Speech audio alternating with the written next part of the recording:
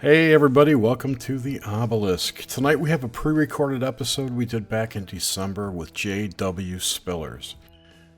Jay has practiced law for several years in Utah before moving to Montana. He brings his legal analytical mind to his writings to help explore any topic he's discussing in his writing. Jay currently lives in Montana with his wife Linda and their son Timmy. Jay is an avid writer and loves to share ideas with others. He seeks to provide content that will bring value to his readers' everyday life. Jay has had an interest in topics related to mind, body, and spirit for over 2 decades. He has spent countless hours studying such topics. He loves movies and spending time in quiet reflection. If you'd like to contact him, his email address is in the description. And tonight we're going to talk to him about near-death experiences. Jay, welcome to the show. It's so nice to have you with us. Yeah, thank you for having me. I'm glad to be here. Yeah, it should be an interesting chat.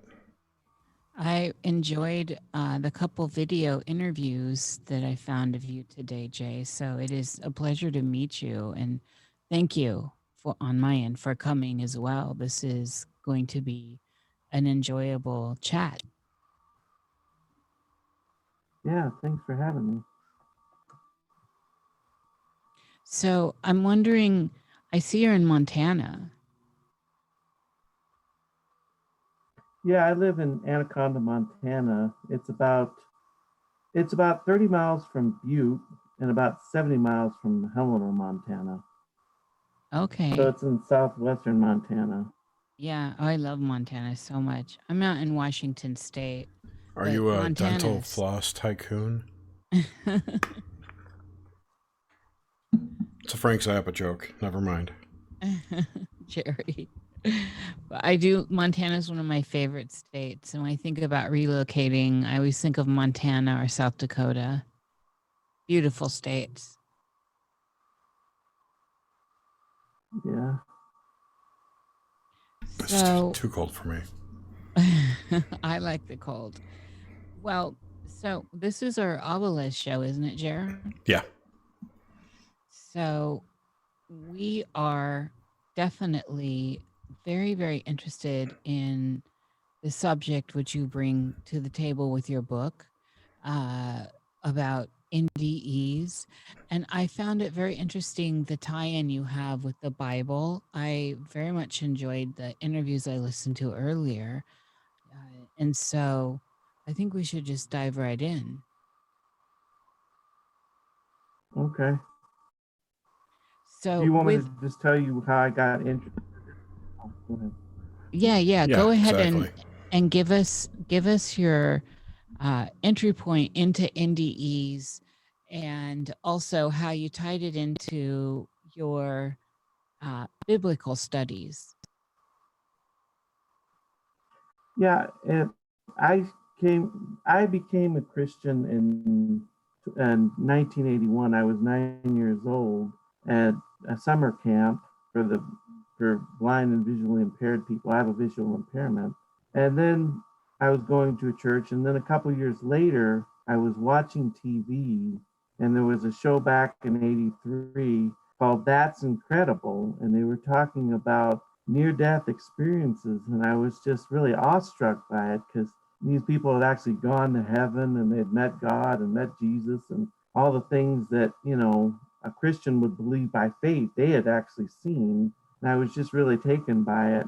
And I thought I would call this radio show called The Bible Answer Man and see what he thought about it. And I put a little tape recorder up to the speaker and I asked Dr. Walter Martin what he thought, and his answer was real dismissive and just kind of poo-pooed it.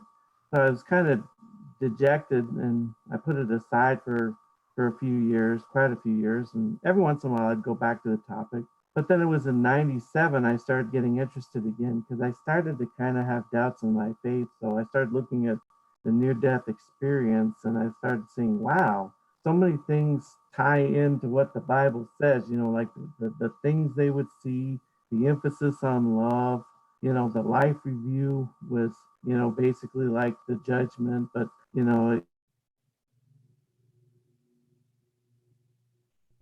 it sort of gave you new insights that you may not have had coming from a Christian perspective, but it all tied together. And from about 97 on, I started getting really interested in the near-death experience and could see the parallels between that and the Bible. So that's been about 23 years. And then I decided to eventually write a book starting last year. So I started writing my book, and that's how it came to be, you know. So you had never had an NDE experience yourself? I've never had a near-death experience, no. Okay. I think the near-death experience became even more interesting to me in 2010 when my dad died, because you know you kind of start thinking about those things when you see your parents pass away and what's there, and so I got even more interested after 2010 in the near-death experience as a result of that. And I've just been studying hundreds of near-death experiences. I've read quite a few books. I've listened to a lot of things online. I've read a lot of things. I've been part of different email groups and Facebook groups and whatnot over the years. So I've had a fascination with the near-death experience for quite a while. Did at any point when your father was passing, did he, and so I'm not sure how he passed, if you were graced with a slow passing where you could all interact, did he give any insight into dreams or visions he was having during the process? No, he hadn't had any visions or dreams. He died of cancer, so we knew quite a few months in advance that he was going to be passing. But what happened was about a month after he passed, I did have what I call a visitation dream, and I read about them online where he came to me. It's like a lucid dream where it feels as real as when you're awake, but I knew that I was asleep and I knew that he had passed, so I knew that he was visiting me, and it was a really awesome experience. It wasn't a particularly long experience, but it was a very touching experience. And basically, I woke up feeling euphoric. He whispered into my left ear because I asked him, "Well, what's it like to be in heaven and be on the other side?" And he said, "It's wonderful." And then it's like you just woke up, and I had this energy running through my body. And I did actually bring that up towards the tail end of my book about an experience that I had, but I haven't personally had a near-death experience myself. Yeah, I find that I'm not sure what your perspective is here on this, but the overlap between dreams and dreaming of loved ones that have passed and NDEs, there's a connection there as far as points of consciousness and our connection to other things outside of our fleshly experience, the material realm. Have you found any of that overlap in your studies? Yeah, and when I talk about, there's experiences that are pretty much virtually identical to the near-death experience called spiritually transformative experiences. The only difference, obviously, being is you're not dead. And actually, the Bible has a lot of those. The Bible has a couple, what I believe are direct near-death experiences, but it has a lot of spiritually transformative experiences. You know, one of which the Apostle Paul had. He had both STE and an NDE, because when he first was converted on the road to Damascus, he saw Christ as a bright light. He said it was brighter than the noonday sun. And he was transformed and given a mission to go to the Gentiles, bring the gospel to the nations. And during that spiritually transformative experience, he had companions with him who saw the light, and they heard a sound, but they didn't see Christ specifically, or they didn't they didn't hear or see Christ, but they saw a light and they heard a sound. And this is actually common with NDEs because they have what's becoming more popular is the shared near-death experience, where someone will be in the room with the person as they're dying, and they'll actually see some of what the person is seeing as they're transitioning over. So his companions sort of shared in his experience. And then Paul experienced a miracle because he was blinded. And then when Ananias came to him 3 days later, he received his sight. And with near death experiences, it's common to have miracles and other supernatural events that will follow, such as Mellon Thomas Benedict. When he died, he had inoperable brain cancer. He came back, his brain cancer was totally healed. This doctor said it was a spontaneous remission. The Apostle Paul based that experience to establish his apostleship. And a lot of times with NDEs and STEs, it'll trigger other experiences. Because Paul would go on from having that spiritually transformative experience, which converted him, to have an NDE later on because he was stoned in Lystra. And we believe that he died in 2 Corinthians 12, verses 2 through 4.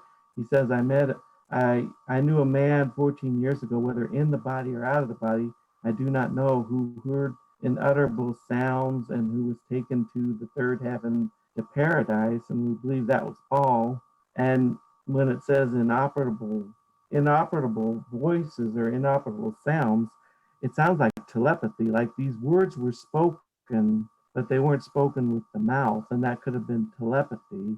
And then he was taken to paradise, and he said it was unlawful for a person to speak of it. And when you get into the translation, it's more saying it was impossible to fully explain what happened. And that's common with the near-death experience, that it's so beautiful, I have trouble putting it into words. And that was the Apostle Paul when he had his NDE. So he had an NDE probably triggered initially from his conversion, spiritually transformative experience. And the Apostle Paul seemed to have less fear of death than any of the other apostles. I don't think the other apostles really feared death, but he said to live as Christ and to die as gain. The Apostle Paul went into explain about the spiritual body, that we would be given a spiritual body. And I think that's what Paul was operating in when he said, whether in the body or out of the body, he knew he had a body, but it was different than the physical one. And he was trying to understand it. And he explains it later in a different portion of scripture that it's a spiritual body. So I see the Apostle Paul as having both the STE and an NDE. And he wrote half of the New Testament and was influential in bringing Christianity to the world and to the nations. The other NDE that I talk about in my book is the resurrection of Christ himself, which was extraordinary, but I think it was an NDE in that he died, he was conscious and aware, because it talks about, he told the disciples, I go to prepare a place for you. He told the thief on the cross that today you will be with me in paradise. And it says that he descended into Hades and preached to the spirits who were imprisoned and brought them out, essentially, so that they could live. So he was active and conscious. And then the third day he rose again. So that's basically crystal to our faith. It's central to our faith. And that was essentially an NDE. So I see the NDE as being very central in the New Testament, both with the Apostle Paul and with Christ himself.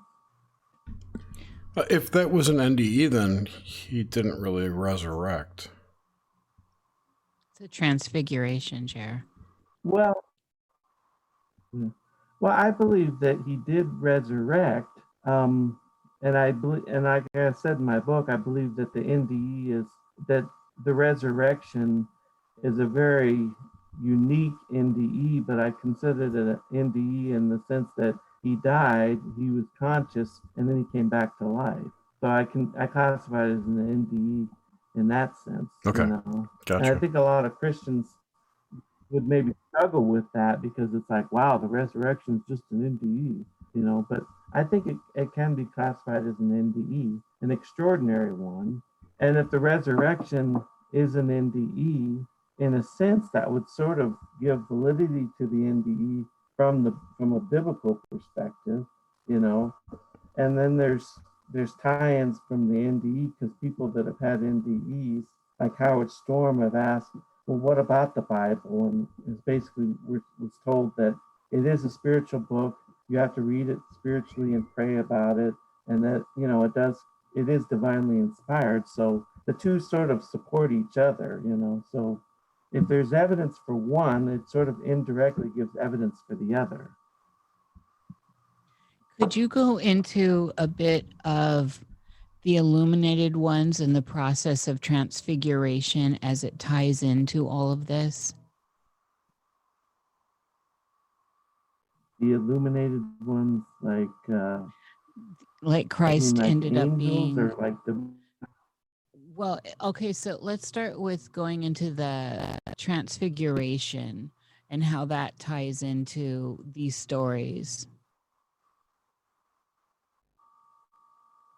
Well, I mentioned the Mount of Transfiguration with Peter, James, and John, where Christ, before he died on the cross, was basically transfigured and he started to become illuminated. He started to basically glow and become white, and Moses and Elijah were present, and Peter used that to establish his apostleship, that he saw it, and that it was a transforming experience for him as well. And he's also a central figure to Christianity, like the Apostle Paul. So that was an STE. And he actually knew who Moses and Elijah were without being introduced, which is common to like an NDE where there's sort of an inner knowing, like if you see an ancestor or a certain religious figure, a lot of times you know who they are even before they introduce themselves. I thought that was like an NDE as well.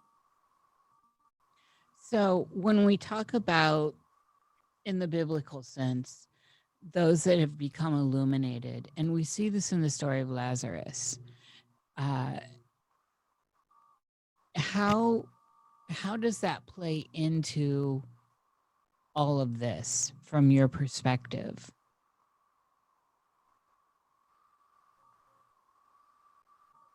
You mean, are you saying like when you have a near-death experience, it's sort of the door is opened and you're sort of connected spiritually to God, to the divine, to your higher self, and that when you come back, you still have sort of a connection? Because a lot of near-death experience people have sort of that connection where miracles follow and spiritual experiences, like, sometimes there'll be electricity will be affected, like they'll blow out lights and things like that, where they have a connection to the spiritual realm. Yeah, that in part. If you could go into that, and then we'll dig deeper into this idea. Well, that's what I was saying is about sometimes when you have a spiritually transformative experience or a near death experience, it tends to kind of trigger other experiences. And I think that's because it sort of opens a door to the spiritual realm, that they are more connected spiritually than most of us are.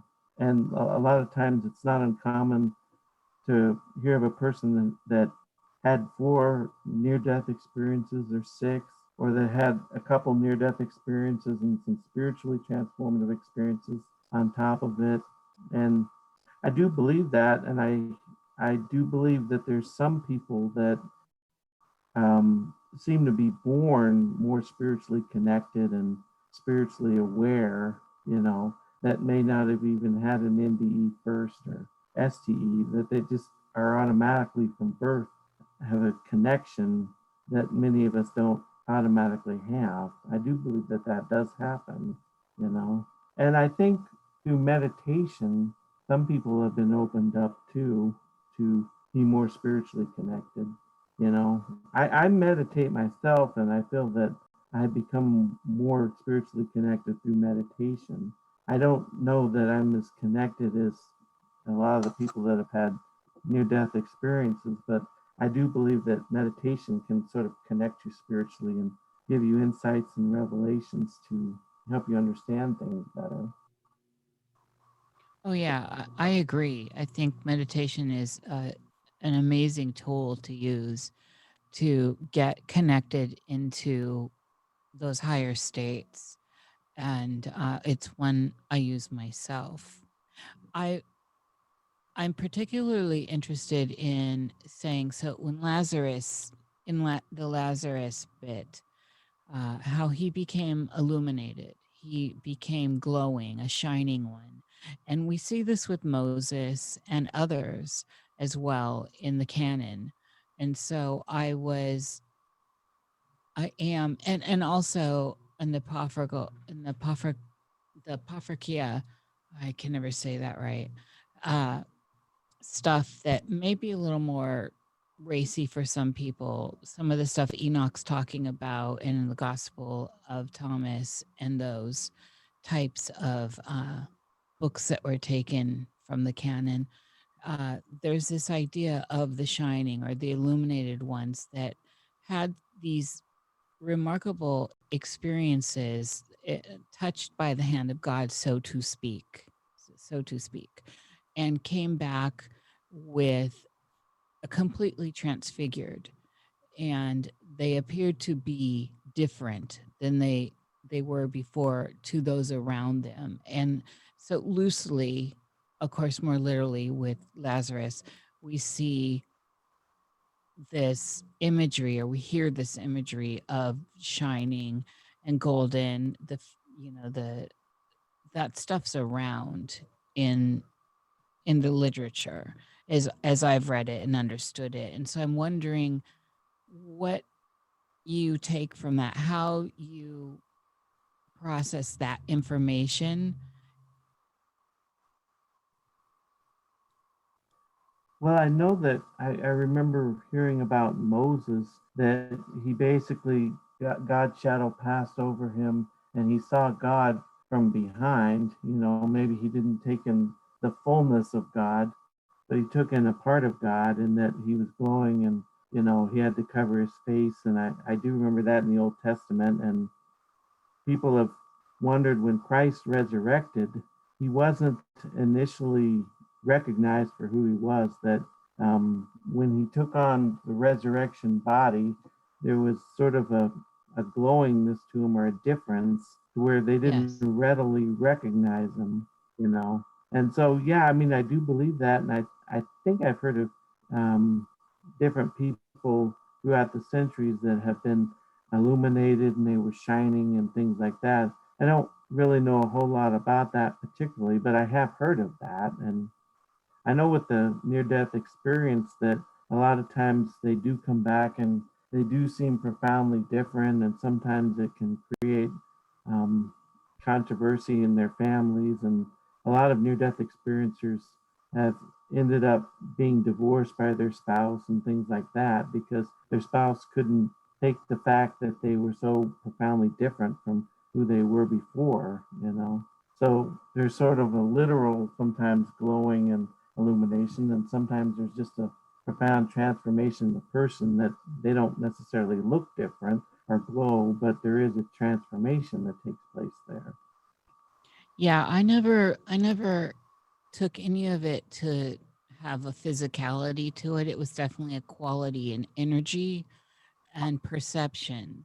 So, and especially as I was reading some of the other gospels that were taken from the canon, uh, this is interesting to me in context to NDEs, because there are some of those stories out there in the world, and I'm sure you've encountered them, where there is this major shift in personality. Of course, this is expected when you have something so profound happen, and it realigns you, it realters you as far as what the process is that's happening in this idea of life.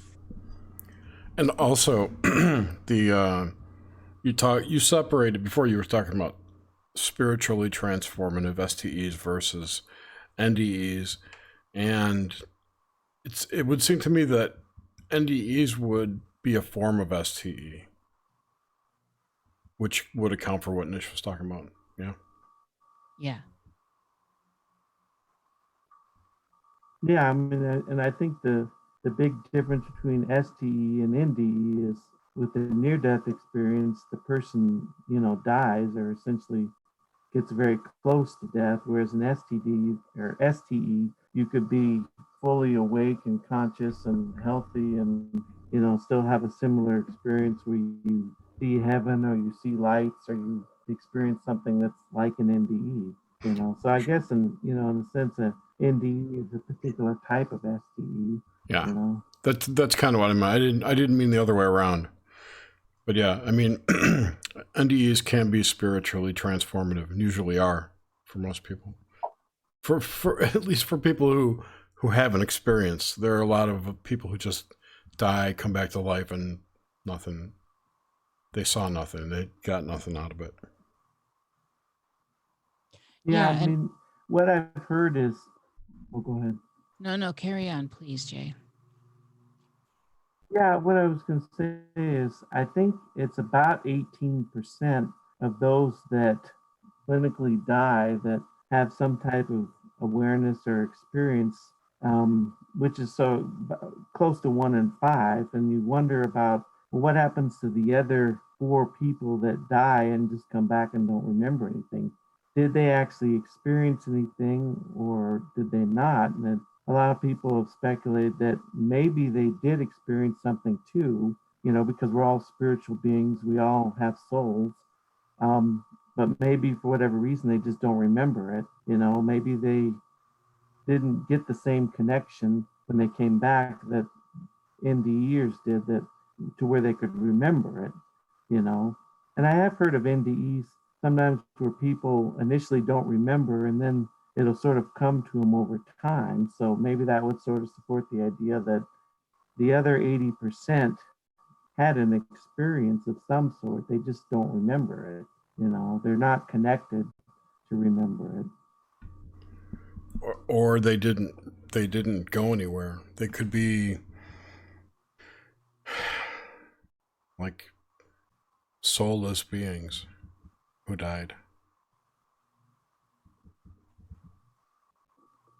NPCs, if you will. Yeah. I mean, I, I think every human being has a spirit and a soul, but I guess maybe some people believe that they don't have souls. You know. Are you, Jay, are you familiar with the idea of walk-ins? Yeah, actually, I have heard of walk-ins where sometimes a person might die and their soul will decide to just stay in heaven. Another soul will jump in and sort of take over. And sometimes it can be temporary, sometimes it can be permanent. I have heard of that experience, you know. I don't know how common it is, but I have heard of it before. I think it would be kind of weird to experience. I'm just Yeah, wondering I don't think you'd know if it happened. Yeah, that's my point. Exactly. I'm wondering if for some people that have no experience of anything during an NDE, especially those that flatlined, uh, because remember, near death means near death. And so that can encompass those who have flatlined and those who haven't. Anyway, so I'm wondering if there's something there with those who have flatlined and then come back and not there's no memory. So the experience was blackness or no memory. If there's a possibility that something else just decided to take the vessel and move forward. So I was definitely wondering your ideas and thoughts on that. Of course, there's nothing empirical here, as we know, but our whole show is definitely about getting ideas around these concepts and these philosophies and coming from opinions. We're chewing philosophical stuff here and theological stuff. Mhm. Well, I guess if another being did take over, most of the time they remember their life before, so they would have to be able to. They would have to have the memories of that other person to sort of play the role. I guess that could happen. You know. But that could be like the basic stuff. So say this could be stuff that's housed in the neurology of your brain that you have, although we do hear these stories where people come back and they have to relearn to speak and they have to relearn to do things. I had just talked to Jim Bruton, and his ND was remarkable, by the way. You may have heard of it out there since you've studied these. He is more commonly known by Jim Bruton, but it's a French name, Bruton.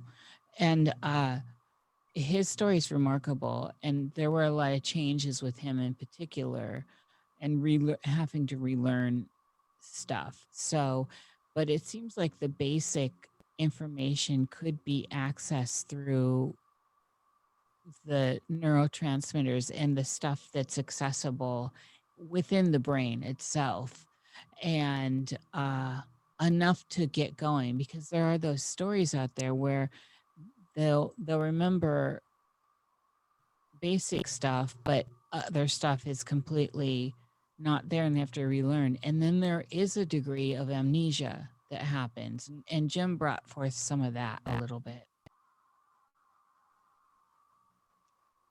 Well, if they had a walk-in where someone came in, would they generally be another human soul, or could it actually be dark entities that come in and play the other person?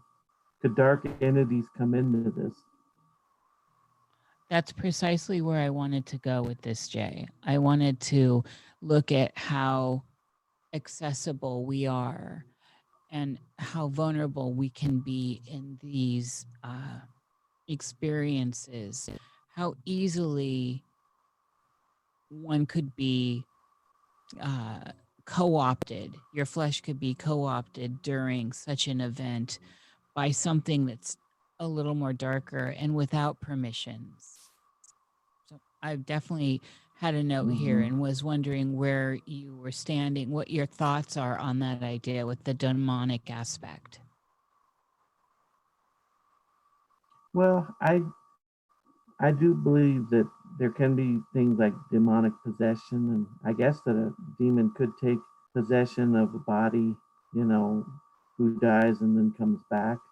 I know sometimes with demonic possession, I think there actually are beings, but sometimes I think demonic possession can also be essentially tapping into the darker self of a person, and it can take sort of a anthropomorphic form that can appear as a demon. Because I've heard of NDEs where they experienced demons, and they were specific demons like different issues like fear or lust or different aspects of their being, so that those kind of demons may be the darkness within sort of taking a form, or the darkness within humanity taking a form. But there could be other beings outside of us that also could come into play. So I believe that both of them are possible. Do you think? Do you think that some demons are just basically the darkness within a person that takes a anthropomorphic form, or do you always believe that they're outside entities? Personally, I believe they could absolutely be shadow content from the person. Absolutely. But I don't put anything off the table. So externalized entities are something I like to talk about, because they are talked about in the world, and they're certainly brought up within the canon and lots of other religious texts and tomes, and in the spiritual community in general, as wide and diverse as it is. Mm-hmm. So yeah, and I mentioned different. Carry on, please. Oh yeah, I was just gonna say, yeah, I do mention in a couple of the near-death experiences, like when Howard Storm died, his initial experience was going into a dark room because he basically had a perforated stomach. He was in France.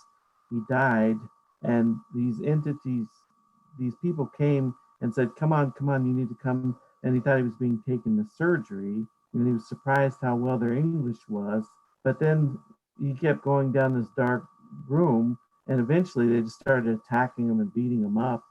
And at some point he called out to God, but they were demons that were attacking him on the other side. And I also talk about Ian McCormick, who was found himself initially in darkness, and the demons were basically verbally assaulting him, telling him, "You deserve to be here. Shut up." And then the light broke through, and he was taken into heaven. So, and I kind of wondered with Ian McCormick, if they were demons within himself or if they were external entities. As I was writing my book, and I mentioned that they might have been within him. I wasn't really sure because, it seemed like he had recited the Lord's Prayer and was having contact with God, and then he was taken in the darkness, and then he was brought out. And I was kind of wondering, well, why was he initially taken in the darkness with dark entities and then brought back into the light again? And I kind of speculated if that was the darkness within him and that he needed to see the difference for himself between darkness and light. So it was sort of contrasted for him. And I mentioned that a little bit in my book, you know. But yeah, I do believe there are external demons that sometimes come in. Well, okay, so and I know you're a deep man of faith, and I learned that today, listening to your interviews and doing a little bit of a dive into the work you're putting forth, and so I was definitely curious as to where you stand, and you do seem to be more New Testament. And so I was wondering, and I'm more familiar with, say, the Catholic slant of stuff, especially. Uh, and I was wondering what your idea of is of the hell realm, and you did mention it in at least one interview about those who experienced darkness were in the hell realm, and it changed. They were atheists, and they had their NDE. They experienced, at least one person I think experienced blackness and came back and then had some sort of experience. I can't recall exactly. In my notes I didn't put that person's name down. However, there was this information that came out of that I found compelling, was the idea of the blackness and the association with the darkness, the nothingness of the experience being associated with the hell realm.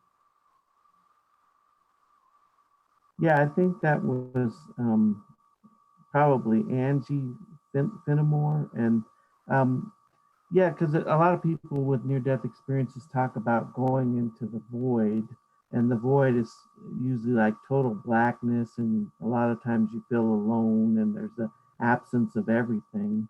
The void isn't always negative. There have been times where people have experienced total blackness, but they felt like the presence of God was still there, and it can actually be a peaceful experience. So the primary thing of what makes the void hell, if you will, is when you feel the lack of absence of anything good or the light or God or that. And it's similar to, I think, what the Bible talks about when it says, some will go to outer darkness.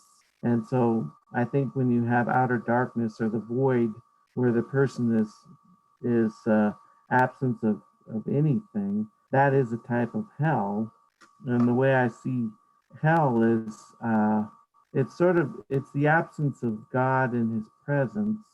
But like Angie said, for most people, hell functions more like a purgatory in the sense that it's remedial. It's sort of trying to point you to God and to look towards God, look towards the light, and that it's not an endless thing, you know, that the only way hell can be endless is if you don't wish to go into the light ever, which is sort of what the Bible would call blasphemy of the Holy Spirit. You're sort of rejecting the light completely. You're saying, no, I don't want to go there. So God doesn't force you to go into heaven or to go into the better realm.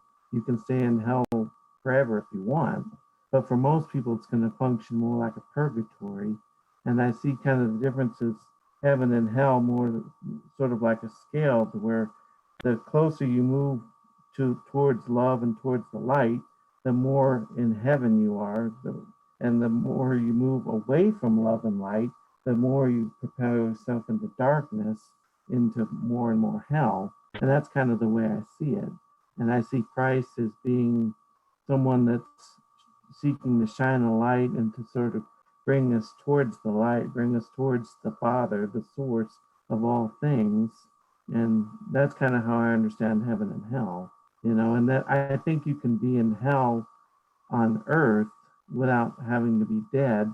It's just a matter of perspective of where your spirit is, where your heart is. Are you is your heart pointed towards love, or is it pointed towards the things that are contrary to love? Yeah. Yeah. Oh, I agree. I do pull up to that as well. That so much of it is what we create and what we feed. Uh, I was wondering your concept of the soul, how you conceptualize it from your particular vantage point. Well, I believe that our souls have a divine aspect to us, that we are all connected to God. We're all, and it's been described different ways, we're all like a fragment of God, or sort of a drop from the ocean that is God. So I think that we all have a direct connection to God. We all have that spark of divinity in us. So I see the soul as being sort of a unique expression of God, a divine expression of God that lives on the earth, or that goes out and experiences things. So that's kind of how I see it, is that we're all an expression of God and the divine. And I know sometimes a lot of Christians would probably cringe at that concept, but there has been throughout Christianity, if you look at over the centuries, there's been different movements where there's been an understanding at some level that we are connected to the divine, that we're divine sparks, something along those lines, and it's been talked about in different ways. But so I don't think the concept is foreign to Christianity at all. It's just, I think a lot of Christians today would probably sort of cringe at the idea of saying that we're a part of God. Yeah. It's there are so many denominations and interpretations of the canon and different versions as well, that it's hard for me as just a generally spiritual person to and very open to grasp the differences in some of these theological separation points. Uh, Mm-hmm. and so I know very little in the end. I know I've actually read through the whole Bible, so which was a feat for me. I'd read through the more of the stuff that was stricken from the canon first, which is what enticed me, because I was curious as to why are these things thrown out, and I find it all fascinating. I'm wondering, what denomination do you find yourself in these days? Well, I think I'm kind of at the point to where I can I can find truth and good things in virtually every denomination. I go to a particular church, because I met my wife and she was part of a church.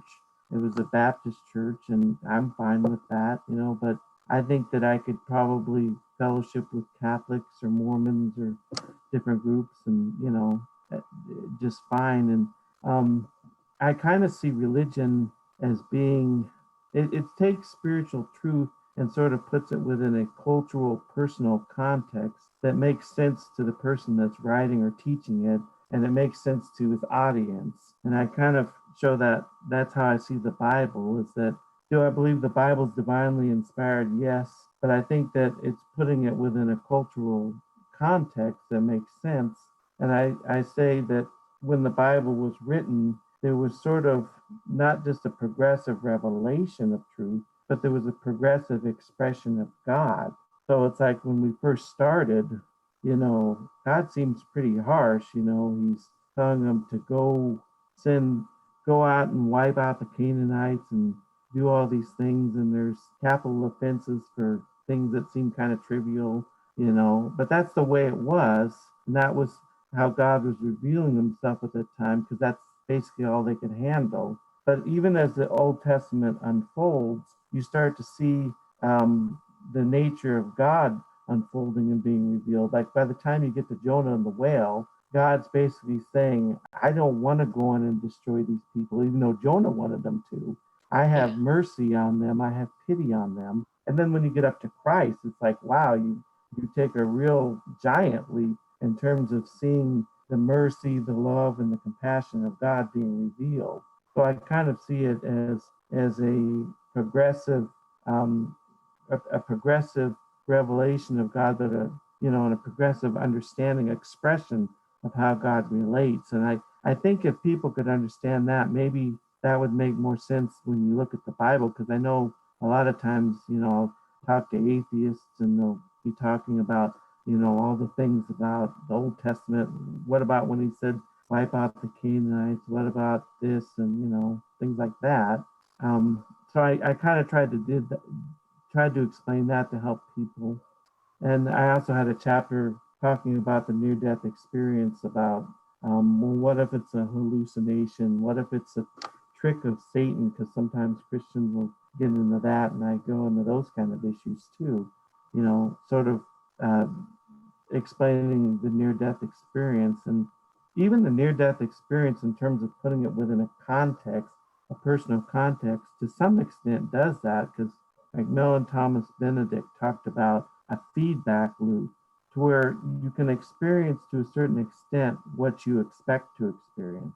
It isn't always the case, because sometimes people will have near-death experiences and they'll be like, wow, my mind was totally blown. It wasn't like anything like what I thought it was going to be. But sometimes you can have experiences that connect you to what you already believe.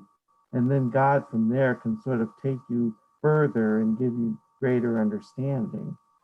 So sometimes you'll have a near-death experience that'll be very specific to the individual. Like if a Catholic dies, they'll see Jesus and, the Virgin Mary and things like that. Whereas maybe if a Protestant died, the seeing the Virgin Mary wouldn't be as significant, so they might only see Jesus. So there can be some personal personalization of the near-death experience. But I think that when you look at the common truths of the NDE, they seem to all basically point to the same thing, like the centrality of love, and they give the person peace. There is a lot of beauty and truth and things like that come out.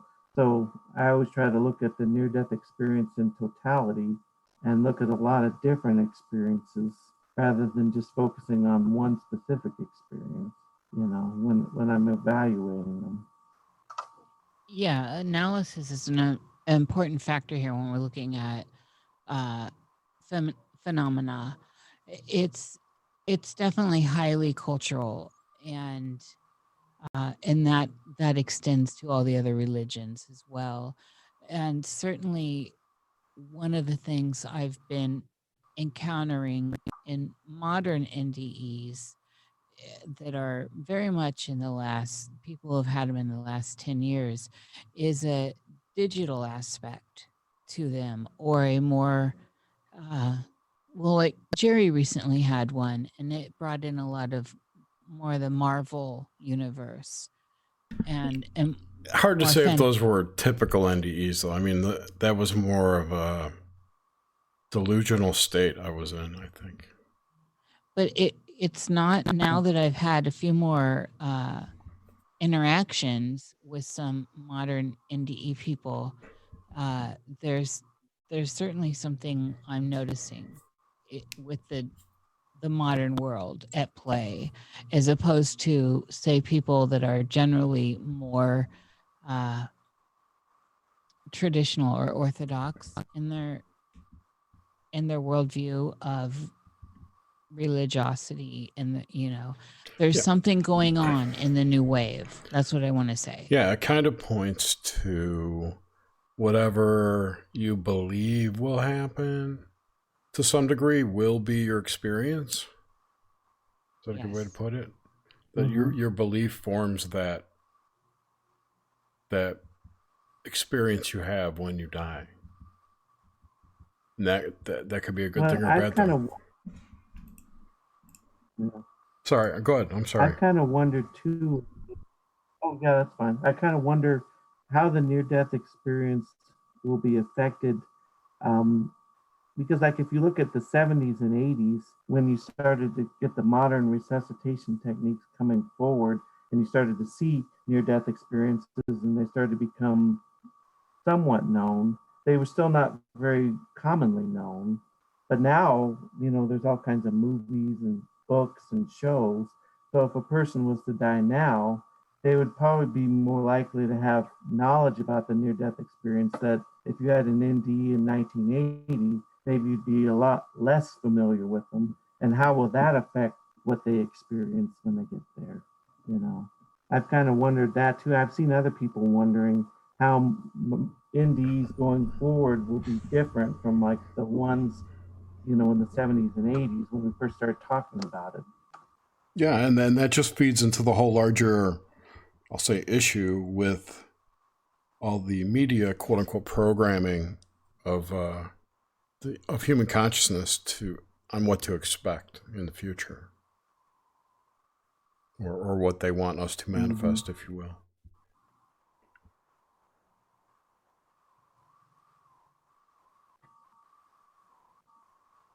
Yeah, I don't know. I don't know if I had an NDE or not. This is why I like to underline, Jerry, especially after having really started to take more of a deep dive into this personally. I like to underline and highlight and score near death. So it doesn't have to, you don't have to have flatlined. You were technically hanging on the thread. Yeah. Okay. And Yeah. In the literal term near death, yes, totally. That was yeah, my. I had a really funky experience for sure. Jerry had heart failure recently, last year at this And time. pneumonia. Yeah. So, and he It was was probably in the coof. and he was in an induced coma and had very fantastical imagery around that. Oh, it was crazy. And so, and what I'm saying here is that some of the more recent ones I've encountered are also kind of mirroring some of not exactly, and I've never encountered any that are exactly the same personally. And that's why I'm interested in the ones that actually veer from kind of the normal narratives of there's a light in a tunnel and all the loved ones and all that. I'm more interested in the anomalous experiences. That's why I like the one like James, the Bruton experience was very intriguing. And Jerry's and others that seem to be popping up now. And of course, we understand that culture is changing and we're very digitized. And with that, Jay, I'm wondering, where do you land right now? This is kind of a left turn, but it's tied into all this with the nature of artificial intelligence is an idea with a baseline of algorithmic realities. So, how algorithms are creating a rather profound influence in our lives. This is definitely directly related to our neurological development because we're somehow wrapping ourselves around these digital realities by spending more time online with smartphones. Uh, and our TVs are even now smart TVs, and so it's hard to get away from algorithms. Mhm.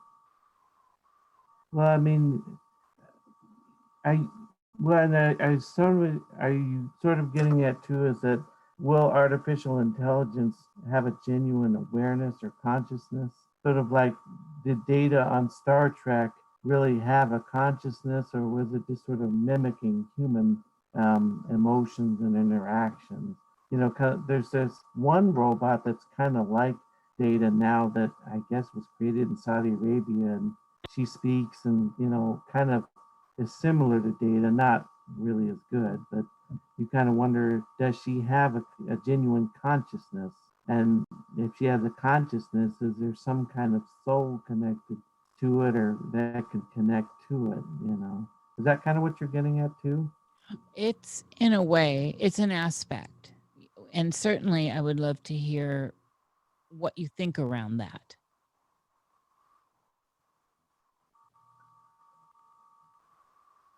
Um, I I really sort of wondered, what kind of consciousness a artificial intelligence being would have, whether they would have an existence beyond their physical one, and then of course you sort of have the issue of would they have rights, and that actually came up in a Star Trek episode. Because if we got to the point to where everything was post scarcity, and we essentially had artificial intelligence producing everything for us, would they have any rights? Or could we just essentially work them 24/7 and it didn't really matter? You know, I've kind of wondered that. And I do wonder how much of our technology is a distraction for us, because I think in the past you sort of could get away from the world and sort of form your own opinions and ideas, but now it's like everywhere technology is impeding on our life. We've got the internet, we've got social media, we've got 24-hour news medias, and you sort of wonder, can people, unless they just totally turn it off, have genuine independent thought from that? Because it does seem harder for people to kind of deviate from what's being projected there, and maybe sometimes the media will give us something that's true, but did we arrive at it because we reasoned through it and saw that it was true, or we just basically parroting back what we're being brainwashed to accept as true? I mean, it's kind of a scary thing, in that sense. Well, especially if we tie that idea into, say, something like entities, whether we want to call those entities disincarnate beings, demons, Demons. Everything is demons. angels, the angelic orders, the principalities, the cherubim, the seraphim, all those, or devas. It just depends on the slant we're taking, the overlay we're looking at. But those things that are other than us, and this can be inclusive of, say, extraterrestrial life as well, or interterrestrial. I don't know what the new term is for terrestrial life that's non-human, that's also not in the known animal kingdom. Demons. Jerry. so when we start tying in the idea of AI intelligence, or not, and especially when we look at non-locality, non-local intelligence, as in a point of consciousness that is separate from the human being, is there something that connects us? Is there a thread, Jay, that connects us? Or is there something special about the human being?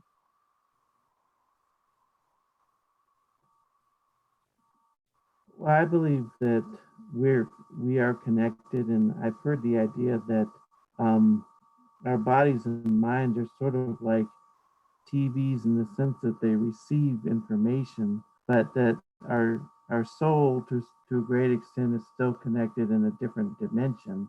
It sort of projects in. Um, so when our body dies, we still have um, consciousness and things like that.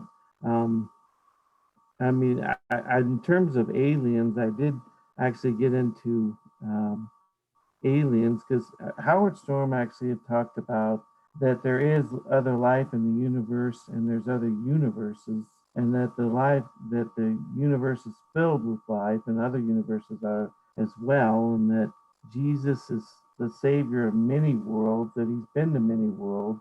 Most worlds he wasn't actually killed. Our world sort of operates at a lower vibration. We're sort of in a great deal of darkness compared to many other alien worlds. And how does that relate to angels?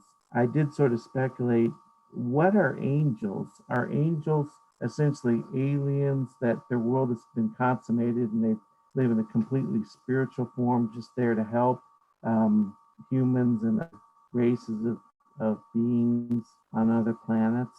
And that so there would be sort of a connection between aliens and angels, that angels would just be sort of a completely spiritual being that, you know, that's all they do is help. And I sort of wondered that, and you know, Well, yeah, and as we see, and carry on, please. oh yeah, I was gonna say too. I have heard things like wondered people have wondered whether the Greys were actual physical beings like us, biological beings, or whether they were some type of robot that, you know, is operating and doing someone else's business, you know, maybe like the reptilians or things like that. And I have heard that speculated, you know. Yeah, that seems to be general consensus that the Greys are some sort of biological construct into which other beings project their consciousness because they cannot exist in whichever space the Greys exist in.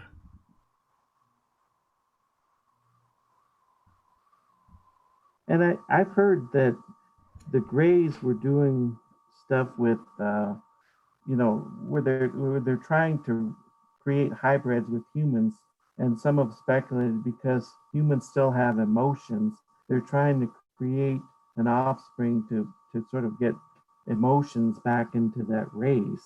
I've heard that speculated before too.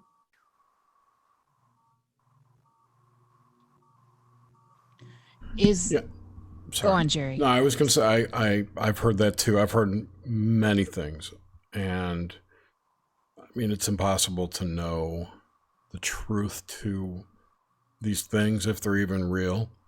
But that seems to be the general consensus that they've evolved to a point where they've lost their, for lack of a better word, their humanity, and are trying to get it back. That is one of the subplots of this alien narrative that's out there.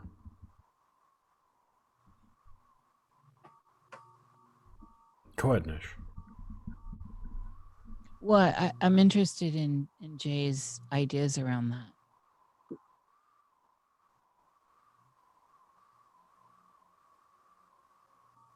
Around aliens.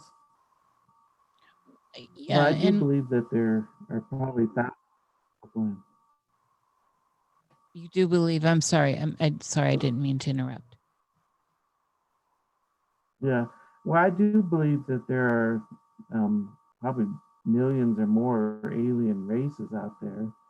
And I do believe that most of them are probably benevolent.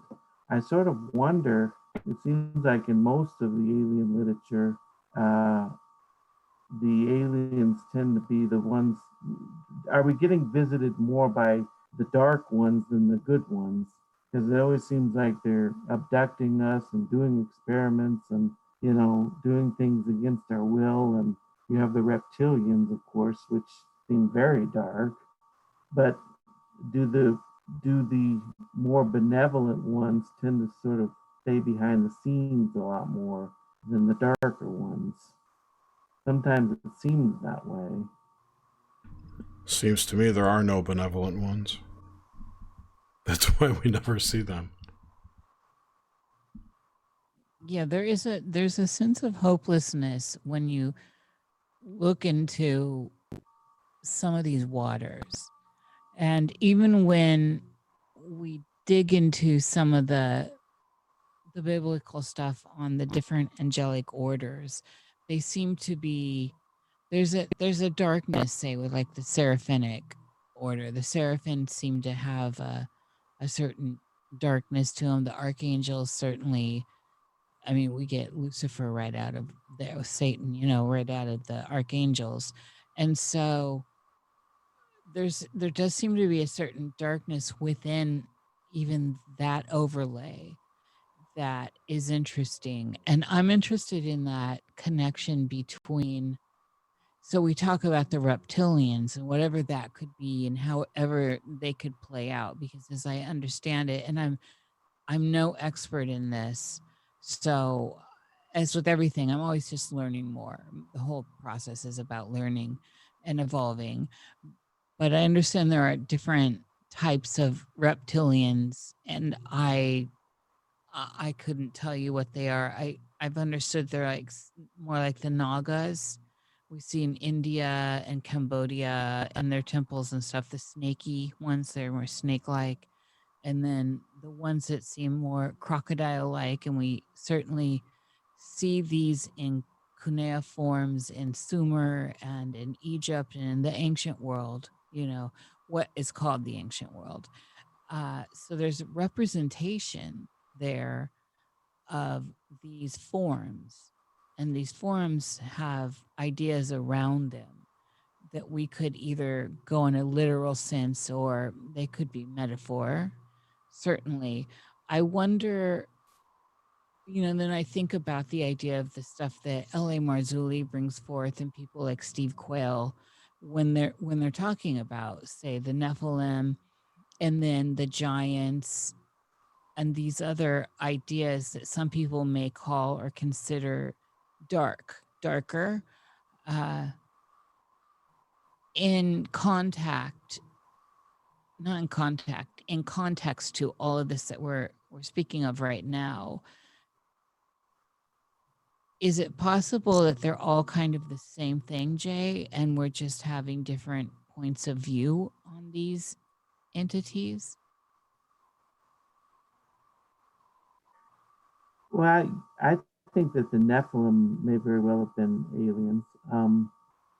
In terms of how do you separate the difference between like a dark alien, like the reptilians, and demons? Because when you listen to the description of the reptilians and how they act and what they look kind of like what people describe as demons. And some people will say, well, all of the demons are really just dark aliens. And some people say all of the dark aliens are really just demons. But can there actually be a class of both? Sometimes you might experience a demon, which is a completely spiritual entity, and sometimes you might experience a dark alien, which may still have corporeal form to some extent. And the same thing with sort of the good angels and the aliens that are more benevolent. Because I have heard of like Edgar Casey and others have talked about the Arturians, which is supposed to be like a really highly evolved alien race, and they try to help people, and they sound very much like angels in terms of what they do. So I don't know where you would draw the line in terms of saying this was an angel, this was an alien, or a demon and a dark alien. You know, Yeah, I think they it's up may to be the both be person. true, and I know that. Sorry, I didn't mean to interrupt you. Go ahead. Oh, I was just going to say sometimes it may be difficult to determine which is which, and I think that both of them are probably true to some extent, and that I that because I think Howard Storm had said that there is life in other dimensions, so that there could alien races that are almost completely non-corporeal spiritual. And then when you get to that point, it's like, how do you distinguish them from an angel? I don't know, you know. I think if you can tune into their energy, if you have that ability, that's the only way to, when you're dealing with interdimensional creatures, entities, the only way to really suss out their intentions is through their energy. And to see if there's something behind whatever you're interacting with. A lot of people we've talked to talked about how entities will present as something, but not, they aren't that thing. So something may look like a gray, but there's a reptilian behind it, or something may look like an angel, but there's a demon behind it. And unless you're attuned to the energetic situation, there's no way you can determine that. 99% of people would have a dream or whatever, an encounter with one of these creatures, and think that that's what they're dealing with, when in fact it's probably not.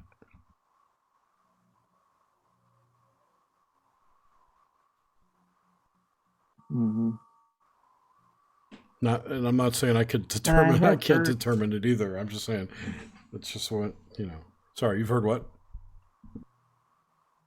Yeah, I have heard, and I didn't get into this in my book, that some have wondered whether the NDE was something sinister, in the sense that the light might be aliens that are trying to absorb our energy and things like that. And I sure hope that isn't true. And that's a real popular trope. I kind of doubt that, because yeah, I mean, I kind of doubt it in the sense that everyone that I've seen that has went into the light has experienced love and unconditional love and peace, and has seemed to be helped by them, and benefited from it, to where it doesn't seem like the light is taking advantage of people, that it is genuine, it is God or our higher selves, it is something positive, to where I don't think it's a sinister entity that's trying to trick us.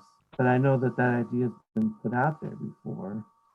Oh yeah, it's a very very prevalent one, I would say, that there's a false, quote unquote, false light, which would appear very loving and spiritual and attract you to it, but it's not that construct itself isn't the bad part. The bad part of it is if you get, for instance, sucked into that tunnel, you'll go back into a reincarnation machine. You'll be recycled back onto Earth, when maybe your path would have led you elsewhere had you not been caught in it. That's the idea of that false light narrative. It's much like the deep sea animals, fish that have a bioluminescence bit to them that draws in things in the deep sea that want to eat that, thinking it's possibly like, say, a jellyfish or something that's more edible, that something that mimics their food source.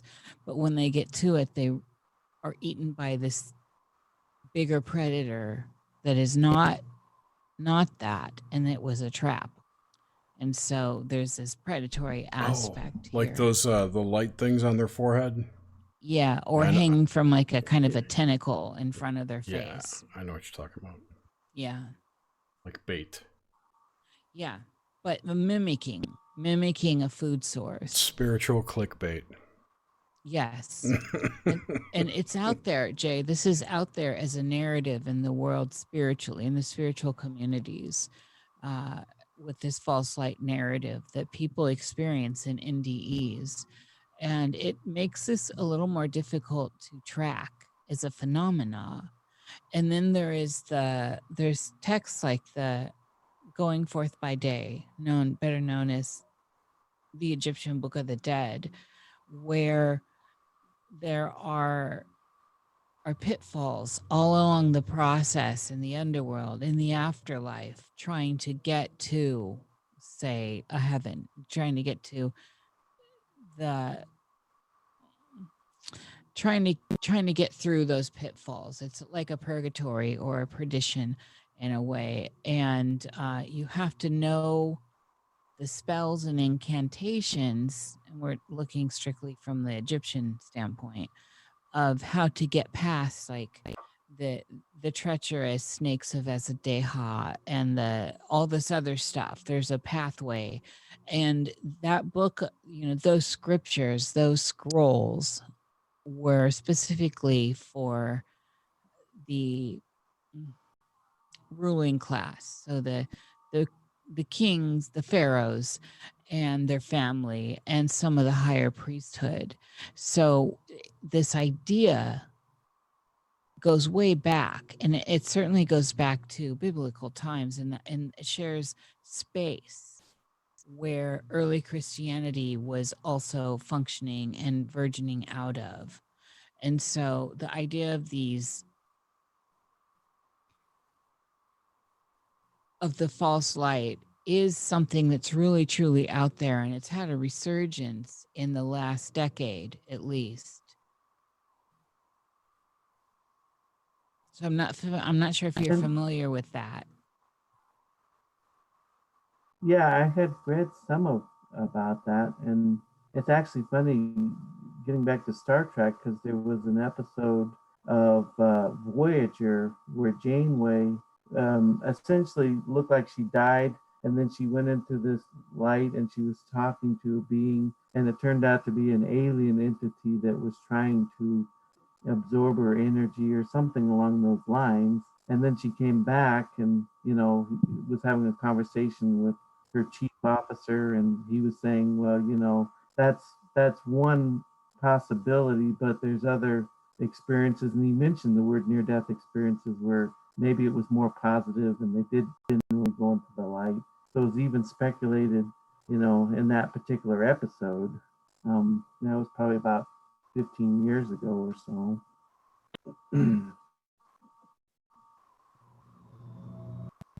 But do you think the test for a false light would be, does it continue to stay in line with love and compassion and peace, or does it turn into something sinister at some point? And what could you use to test to make sure that it's a positive light? I don't think, from people we've talked to about it, it never turns quote unquote sinister. The dastardly aspect of it would be that it's a trap. It entraps your soul to this place, to this realm. Whereas, if you weren't seduced by the false light and took the correct path, you may not recycle here. You may not reincarnate here. You may go somewhere else, depending on what your next destination is. I mean, it's hard to speculate on that, but from what I've heard, it's never been a bad experience. It's just it was a trick. So as far as how to determine if it's the real light or the false light, again, I think that goes back to what I said earlier about being able to sense the energetic situation behind whatever's being presented to you, to be able to suss out that the intention of what's happening.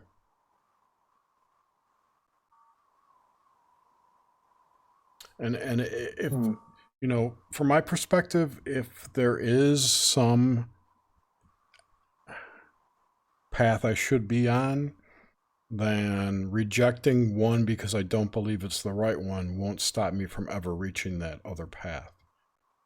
If it's where I'm supposed to go, then that door should always be open to me. If I'm just in some hangar waiting to go there, you know what I mean? I don't know what a good word would be, like a holding pattern. I'm in a holding pattern until I go somewhere after you die.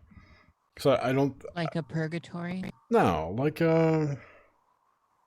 let's just call it, for lack of a better term, some astral place. Okay. You're in some, when you die, your consciousness goes to some astral place, and then you move from there to wherever you're going, or do whatever you're supposed to do, if that's even a thing. I lean towards the fact that all the things that people say happen when you die are the constructs they've projected, and then it's their belief systems projecting a construct, and then that's what they would experience. And I think Well, that's more of a, in terms, yeah. Go ahead. yeah, I'm I was sorry. going to say, would it give you some, yeah, would it give you some hope in the sense that many near-death experiencers feel like they were in control and that they had free will and that they could choose to come back or choose to stay, and that they didn't feel like the light was imposing anything upon them at all, so that they felt like they were in control. And the Right. fact that the light would reveal to them that there are other alien races out there, the world is filled, the universe and is filled with life, would be like they're not trying to trick you because they're letting you know the whole universe is filled with life. I mean, would that sort of give you hope, or like, and if you saw loved ones on the other side that are happy, would that sort of give you an indication that maybe it's not a trap, that I have people here that maybe I didn't even know, like you might meet an ancestor and find out that it was a genuine person when you got back, that this is actual heaven and this is God or something, along those lines, rather than being a trick of an alien race or something. Is there something that could give you hope in that sense, that it's a good experience, that it's real? Yeah, absolutely. I'm sure there are, and I guess my point was that I think that transition period after death, before you move on, is meant to comfort you and ease you into the death experience more so than anything else. And seeing your loved ones, or having a complete feeling of love, and all the things that NDE people describe, it acclimates you to the death experience more easily than going right to a pit of fire. I don't know what the options would be. You know what I'm saying? I just think it's more of it's a transition, and I view death as a doorway to another something. And in order to ease that transition through the doorway, you've got the staging area where you'd see a light and your loved ones and all the things we just talked about. I think that's kind of how I view it. And what happens there and what happens afterwards, I have no idea. I mean, I think there are infinite possibilities. And some would even say you've already chosen, so.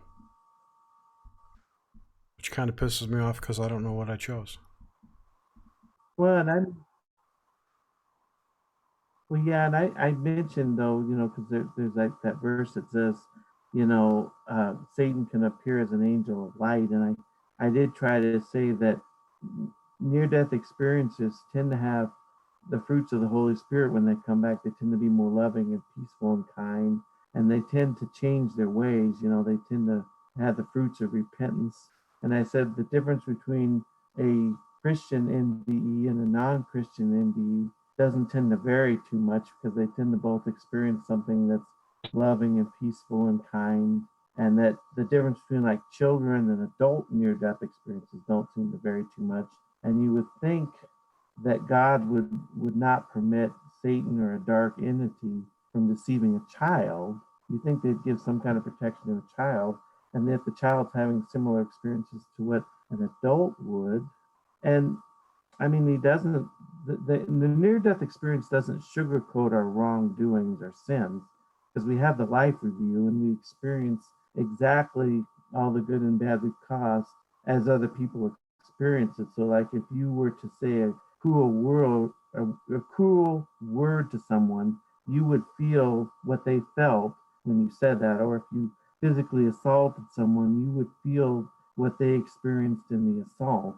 So you're not getting away with anything. So I mean, that's sort of coming at it from how a Christian would see it in terms of, is this Satan? Is this something sinister? I don't know. Maybe if it was an alien entity, and we're not talking about uh, just strictly the Christian thing in terms of being Satan, would that be enough evidence to say this is something positive? This is actually God, or and something, that we could believe was good. I think a lot of that just comes down to your own belief system. Because you can think about atheists going through this experience who don't believe in God. What are they going to think? What are they going to think after that? And they're not going to jump to, is Satan tricking me? Because that's not part of their belief system. Mm-hmm. And the same would go for other religions, like Hindu people. When they go through a near-death experience, they're not. I wonder how that differs from a Christian near-death experience. That's an interesting thing. Well, what I said when I talked about going into the light, because a lot of Christians will say, well, you have to be born again, you have to be born of the Spirit to enter into heaven. And they said, well, when they go into the light and they're being immersed in love and peace and they're being transformed as a result of it, aren't they essentially having their born again experience right there in the light? And I've heard one NDE where she said, now I understand what it means when Christians say I'm reborn or born again, because she felt like that happened in the light to her. And that's essentially what Ian McCormick said when he got back, that he's now a reborn Christian, and it was related to in the light. So I see it as kind of as a born again experience. And when you talk about death, death is being understood more as a process now, where even though if you flatline, you have no heartbeat, no brainwaves, you may not be totally dead. As the Bible talks about, you might have a silver cord still attached. You still have a connection to this world that hasn't been completely severed. Mm-hmm. So that's why a lot of times with near-death experiences, they'll say, I came to a door or I came to a light, and I knew if I crossed over into that, I wouldn't be able to get back to this world. So they sort of knew at some level that they hadn't completely passed over. So from a Christian perspective, because a lot of them would have a hard time with the idea of, well, how could you be saved after you die? Well, maybe death isn't completely permanent yet, and you're being given an opportunity to be immersed in the light and to be born of the Spirit right there, So did you say the Bible mentions the silver cord? Yes. Interesting. Yeah, it mentions in Ecclesiastes, it talks about the silver cord, and I've seen near-death experiences where they say they've seen some type of silver cord. It might be attached to different parts of their body that, they know that connects them to this world. So both from the NDE and from the Bible, it does talk about a concept of having a connection to this world. And obviously not every NDE sees a silver cord, but there is some kind of understanding that we have a connection here. And just because your heart stops and your brain stops doesn't mean you're totally severed from this world just yet. Well, it's interesting because almost everyone we've spoken to about out-of-body experiences, not death-related, just out-of-body experiences, astral travel, that kind of thing, they all talk about having a silver cord that connects them to their body. And I had no idea it was in the Bible. That's pretty interesting. Right, Nish? You've heard that, right? Oh, yeah. I had... You've seen yours? No, I have not. And that was one of the things that I had... It's because you're a demon. I'm so not, Jerry. I feel like I'm completely the opposite of that. But I did go... I know everything's demons. But I did go on a quest looking for others that have no experience with that silver cord. And I have ironically found it in a lot of non-Christians. So I have talked to a couple Hindus that have never that are prolific astral projection people that have not seen it, and and some Buddhists that grew up Buddhist or Shinto and then you know moved into Buddhism that they haven't experienced it, and so I keep wondering if it's a very Christian idea. I can't remember who I talked to recently who said they hadn't seen it. Oh no, it was with our guest, the MUFON. I can't recall his name, Jer. Oh, he was one of my favorite guests on Noxmente, the MUFON guy. MJ, was it MJ Benias? No, he was just recent, the MUFON guy. That yes, from MUFON, and he came in with I crowned him like the king of Noxmente. It was just recent. Anyway, he's a MUFON worker, deals with UFOs and experiencers and all that. And we recently had him on our other show, Noxmente, and he came in with Preston Dennett. Yes, Preston, thank you. And he came in with a lot of very intriguing information regarding all of this, actually. And he had not seen his silver cord, and he kept wondering why, because everyone talks about it. And there is also this biblical ecclesiastics reference to it. And I thought, okay, so we dug deeper into this, and it turns out he went in and he intentionally wanted to see it because he'd never seen it. And so when he turned around, he actually did see it, and he jumped. This was just an out of body experience, so astral projection, not an NDE. And he jumped into the cord, his astral body, and it shot him into his body like the movie Being James Malkovich. And so he was having kind of like a non-local experience of himself in and out of body, very layered experience. And I found that most intriguing. I had never heard it. So I'm still on this quest with this silver cord, which in my mind's eye really feels like an umbilical cord.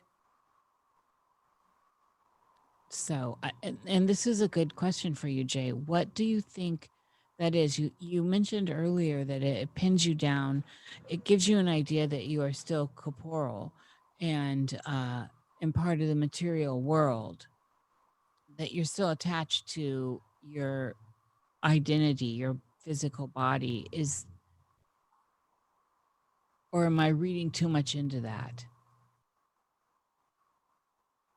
Yeah, I think it still connects you to this world. And it seems like most near death experiencers still have that silver cord. A lot of times you'll see NDEs, they were dead for a few minutes or maybe 45 minutes.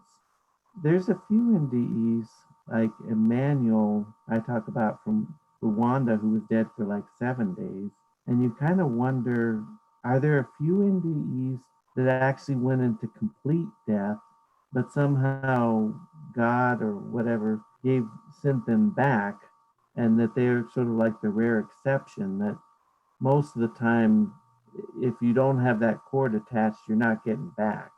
But maybe there was a few exceptional cases where the cord could have been severed because they were dead for days, and they were still able to get back because God wanted them to. Like Emmanuel says, he was sent back by Christ specifically to go back. He didn't have a choice. And I don't know at what point the silver cord would sever from the corpse. If it's just a few minutes or a few hours, or if you could hold on for days and still get back. I don't know when the cord would sever, and if it's possible to get back if the cord's severed in some exceptional cases. Do you have any ideas on?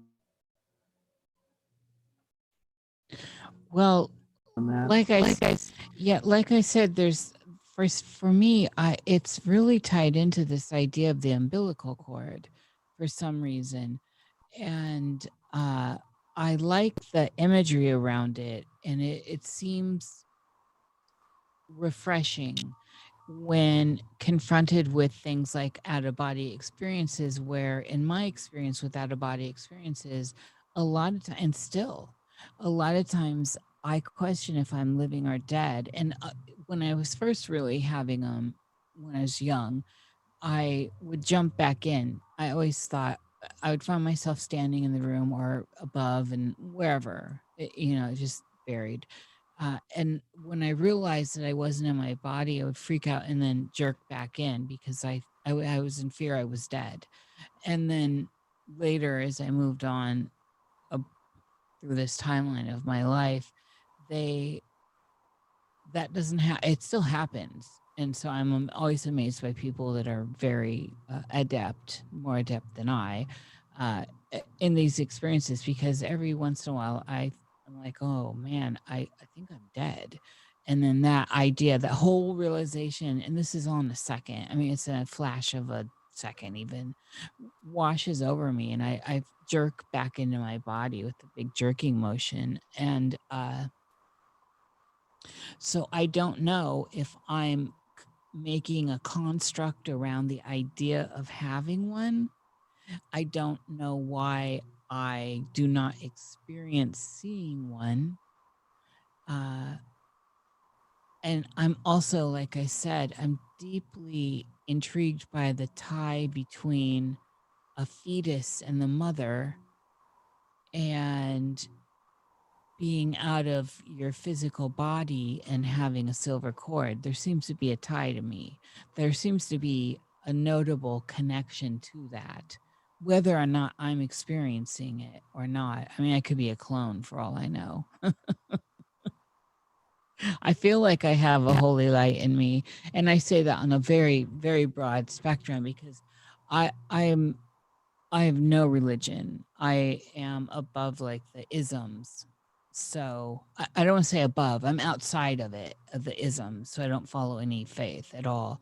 But I'm extremely uh, tied into all these ideas, and I'm on a spiritual quest in my life that's leading me all over the place and been wonderful. Uh, so I don't know. It's an intriguing Well, idea. yeah, if you had a silver cord, and let's say you had an NDE and the cord wasn't severed, to some extent, could that give you protection against a walk-in? Maybe sometimes walk-ins could still happen, but maybe they would be very rare because they still have a connection to that body. The soul does. So it might be more difficult for a walk-in to get in there because there's still the cord attached to the other person. Would that sort of give you some kind of protection from a forced walk-in? Well, I think it I think the idea of it could. So for me personally, Jay, I here's one of the big questions I've been asking my entire life. Now, I've had several brushes with death, and I've had a lot of fantastical things, or things that seem to have happened to me, stories at least that I've held on to. Uh and then when I also I've brought strange encounters to people that are close by, and I've been starting to bring people in my life to tell these stories, because I think a lot of times people think I'm just talking this stuff, but I have people that come into my life, and there's a lot of phenomena that happens around me that people experience when they're around me. So I I'm trying to parse out what all this is, okay? And so I have questioned for years and years and years if I'm already dead, if this is some sort of afterlife I'm going through. And because there are a lot of signators to me that seem different from the stories I hear from everyone else. Like, why are my stories so vastly different from everyone else's? And yet I have a deep spark within me. I have, this little light of mine, that that kind of thing going on. The hermit's light is very bright in me. I have a feel of illumination within me. So I feel like I'm a spirited, souled being. I feel like I am not a clone or something else that, stuff like that that gets talked about in the outer world, an NPC, an AI. But I don't know. And that's the thing. And that's what keeps me in that idea or state of being a journeyman in life. And these quests I keep having, finding myself all over the board looking at different religious ideologies, different theologies. I'm not sure if any of us in this realm are actually here. And I know that sounds provocative, Jay, but there's a lot of evidence from where I stand that this is all an illusion, even though within this illusion, we have consequences. There are parameters that rule it, like the holodeck, right? There are parameters within it. Or the idea that has always been around that if you die in a dream, you die in apparent real life, even though there's a lot of testimony saying, well, I died in a dream and then I woke up.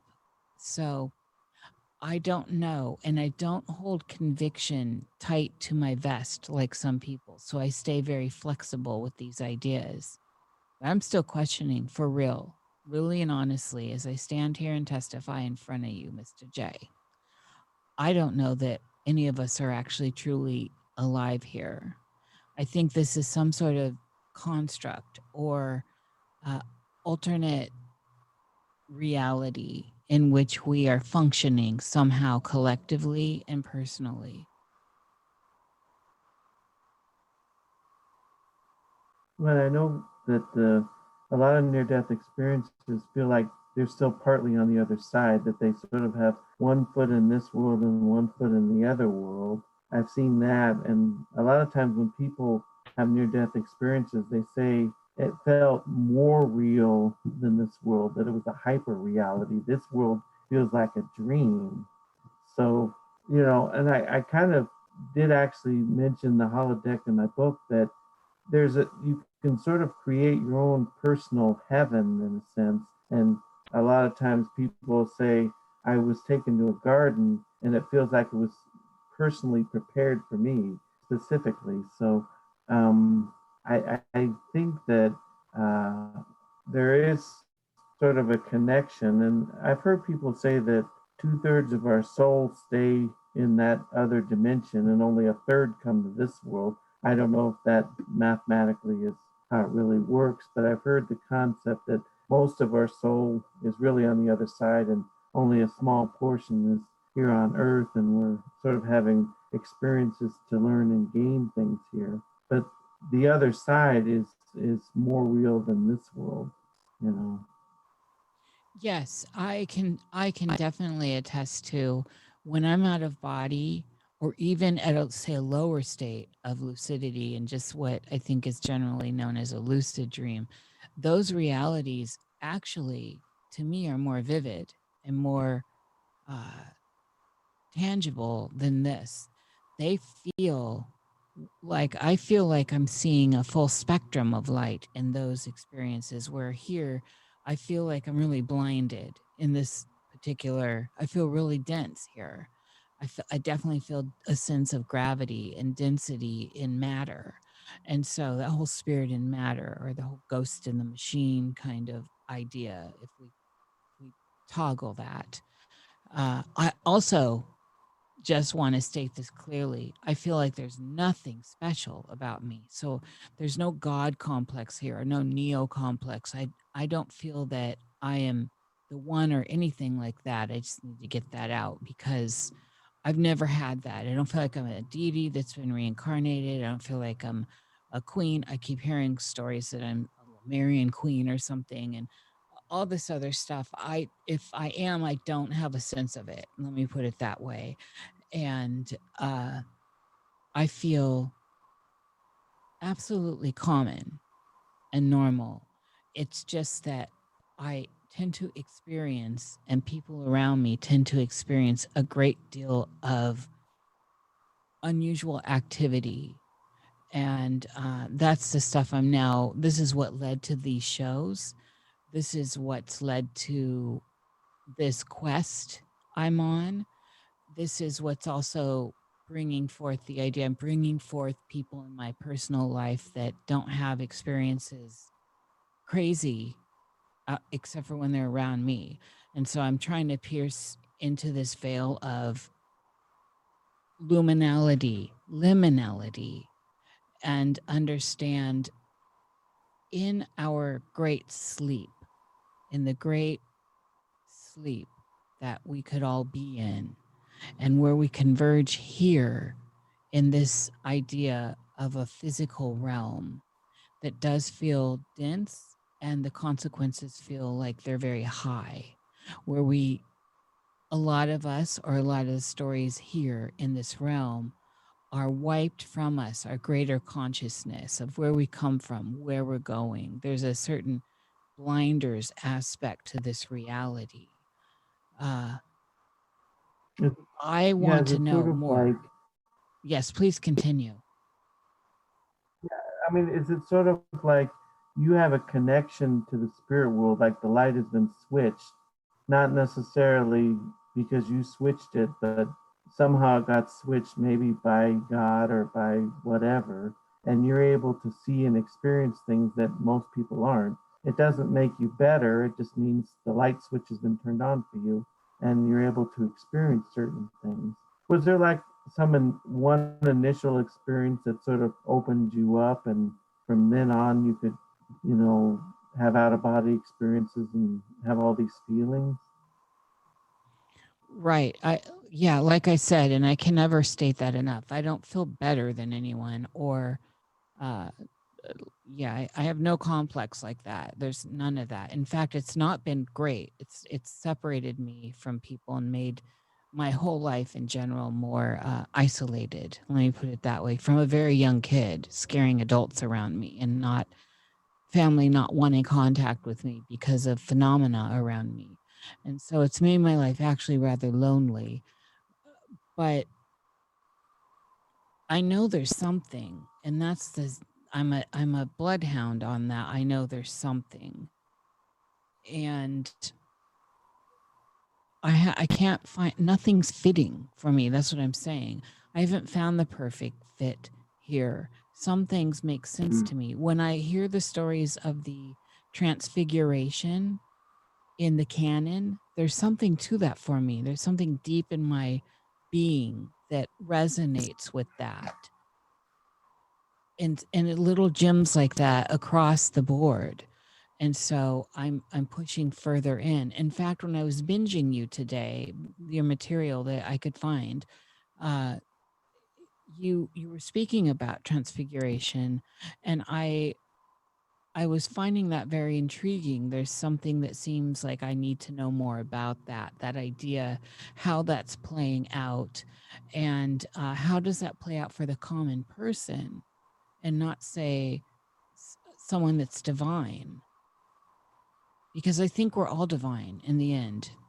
It's where I stand. I think we all have, like dreaming, we all have access to this process. We all have access to that light, if you will. And it's a matter of learning how to access it, how to encounter it and engage it and be with it, and then understand it and let it come into or onto us in a bigger way. I just don't know. I feel like there's some puzzle here. Yeah, it's kind of like some people are just more in tune to it, kind of like Edgar Casey, you know, who would be able to go into a trance and, you know, receive certain spiritual truths, and a lot of them were similar to NDE like truths and things like that. And there's nothing in his background from a child where he sought these things. In fact, it's probably, I think he was kind of discouraged from it from his childhood. He came from kind of a rigid, more fundamental background. But for whatever reason, he had this connection to God and to spirit, and he could have all these revelations. Call it whether it's psychic or clairvoyant or whatever. Some people just have it, and I've heard different terms. People talk about things like crystal children or rainbow children, different terms to where some people are born just more connected to the spiritual world. Maybe they don't lose it like most of us do to a great extent. Yeah. Yeah, and those are stories I've come late to the scene with some of this stuff thanks to the internet. Because I certainly didn't do a lot of studying around any of this before the internet. Really, like I said, I've had kind of an isolated life because of the circumstances around me are so funky. And so it's always taken really strong minded people and strong willed people and people of interest to be around me, I guess. And so in many ways, the last decade of my life has been wonderful because of the internet and starting to dig deeper into some of this stuff that other knowing that other people are going through these journeys of trying to understand phenomena around them is refreshing to me. I didn't consider myself an empath for years, and I shunned that title actually.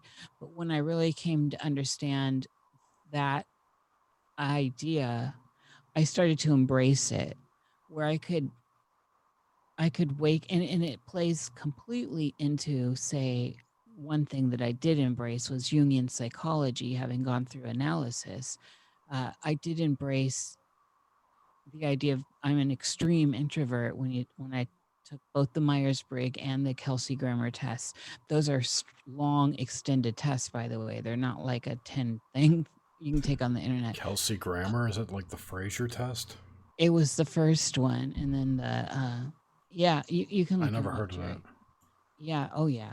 And but they're extensive tests. They're not light. And when I showed up on both as an extreme introvert, I obviously I can communicate, and people get those terms they're misconstrued with them. I started to understand that aspect of my psyche. So if we're looking at it psychologically, but it still didn't hone in for me what was going on in this apparent outer world and how I was connecting with others, why I was feeling isolated everywhere. This feeling of isolation I've had, like I'm the alien amongst, the whole thing, a stranger in a strange land, all that kind of stuff. And the internet's blown this wide open for me. So then I did encounter, Jay, those titles, the Crystal Kids and the Indigos, and I'm in that generation that I think the generation before me, I'm a Gen Xer. So the generation before me was the original, I think, in our Star Seeds or whatever. See, I don't even really properly know how all that works. I just know I've heard that Gen Xers are that second wave. And so there could be something to that for me, certainly. Again, I don't know. It doesn't quite fit for me, and it seems a little new agey to me still. And I have a knee jerk. If I have a knee jerk reaction to anything, it's never been Christianity. It's always been the New Age movement, for whatever reason. And yeah, I don't know. But I know all this is tied into the idea of death. Everything's tied into the idea of death. And I know that this is true for anyone trying to seek meaning out of their life, right? We're all heading in that towards that. We're all being bottlenecked into it, right? And all a million, billion, trillion choices, and we all still have to move through that cowl, that veil. And I'm not afraid of it at all. There's been so much death around me. And like I said, I question whether we're actually really, truly alive in a physical sense. I know that I look around and I see people very much alive and vibrant in a spiritual sense, and I see a glowing light within them. I see the sparkle in the eye. I hear it in the voice. I can tell those that are there, like with the soul, and those that are not, that are checked out with walk-ins or NPCs and all of that. And so, with this idea of empathy, when I finally was able to grasp that term and accept it for what it is, I actually take on these energies from people. And I when I learned that okay, I woke up and I'm feeling crabby, and I'm like, why am I feeling crabby? There's no reason. I wake up generally a happy person, so I'm fine. And then I'll look online and some major events happened, and I'm like, oh, this is why I'm picking up on a collective emotional vibe, like like the Schumann resonance or something, like a wave from the sun or a galactic wave or whatever. I'm picking up on it and I'm taking it in. So I started to learn to accept some of this verbiage under that guise, right? So then I was able to move forward in my process and go, okay, this isn't my feeling. Oftentimes when I get around people individually, I feel pain. I feel their pain. So I'll get like a backache if someone's got a backache and I don't know about it and I learn about it. I don't like touching people because I pick up their pain. And it's been why some partners of mine have enjoyed touch from me. I take it on. And I didn't understand what that was. I did not understand what that was until I was able to hear some new age terminology around it. And now I get it. Now I get why I get why that's a phenomena for me, but it still doesn't reconcile the idea that this still doesn't feel like my real life. My real life feels like it's happening somewhere else. And this is, like you said earlier, a part of my soul having an experience. So for me personally, this feels like the dream, and I'm somewhere else, and I'm in this dream, and I'm trying to be lucid within this dream. The dreamer loves the dream. I'm trying to be awake in the dream. Does that make sense? Yeah, I think that makes sense.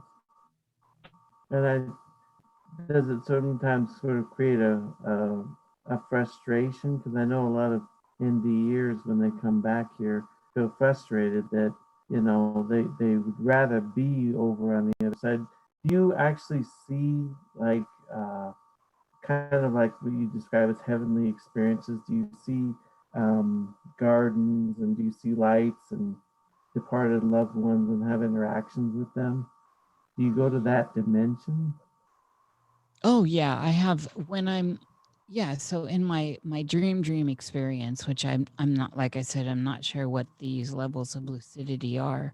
I encounter my dead loved ones all the time, and the closer in, like when my mom's been dead for over 20 years, and all my favorite the my main family members have been dead for decades. So I've been quite alone actually, because the rest of the family was terrified of me from being young with some weird psychic, I guess, phenomena around me. And I never really had close relationships because of that. They didn't want me around, literally.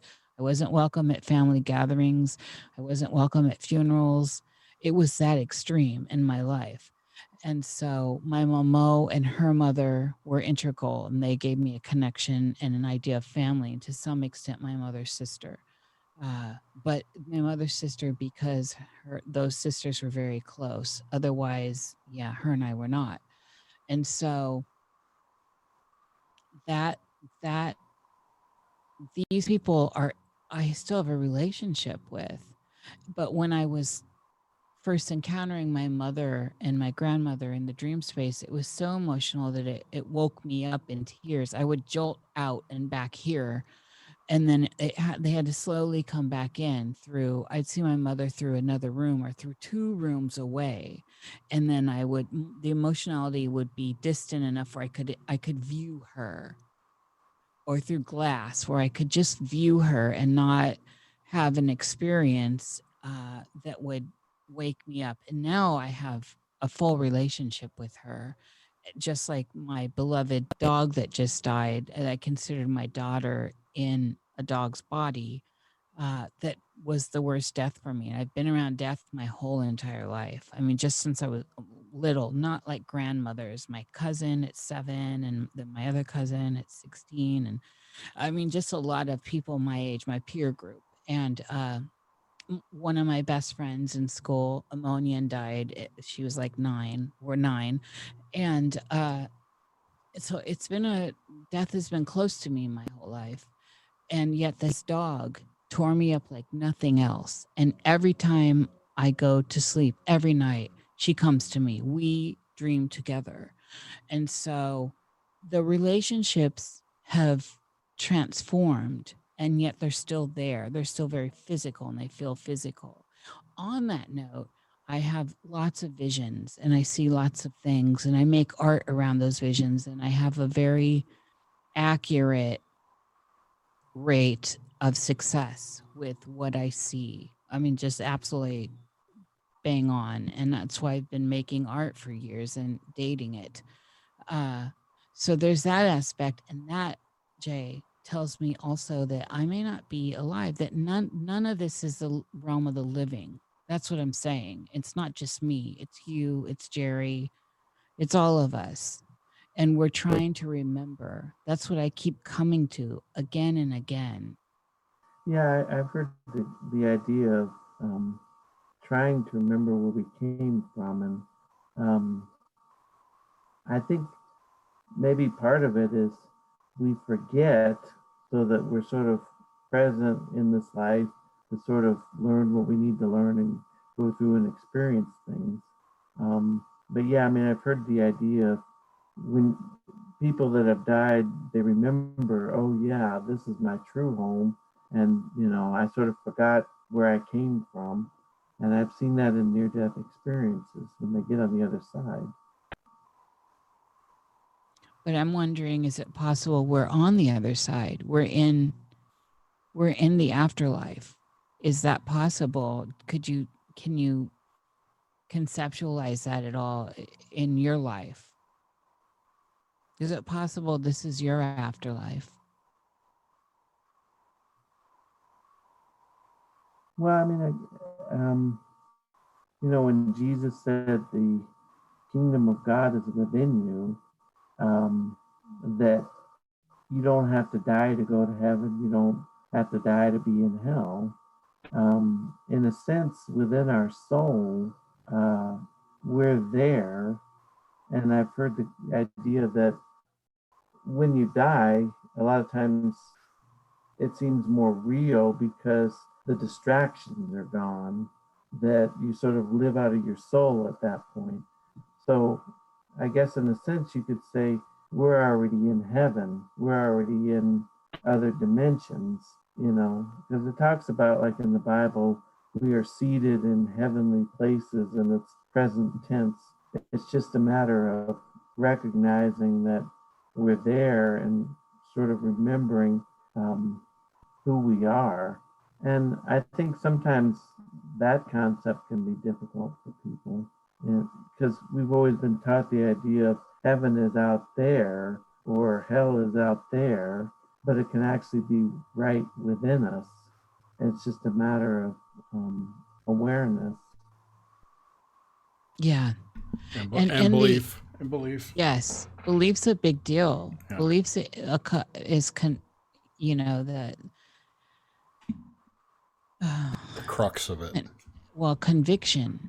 Yeah. Conviction is a very big deal. And I think that has gravity to it, holds us into spaces, if you will. It's a construct. Yeah.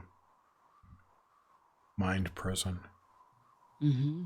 Right. Or mind virus. Or mind virus, yeah, both. But with this, Jay, this has been such a wonderful chat, and I think we can all agree that the experience we're having is mysterious, whether you are a Christian or a Buddhist or an atheist. Wherever you are in this experience, it's mysterious, and it's way more mysterious if you allow yourself the mysteries, if you allow yourself the suspension of disbelief to enter into the mysteries of what this idea of life is.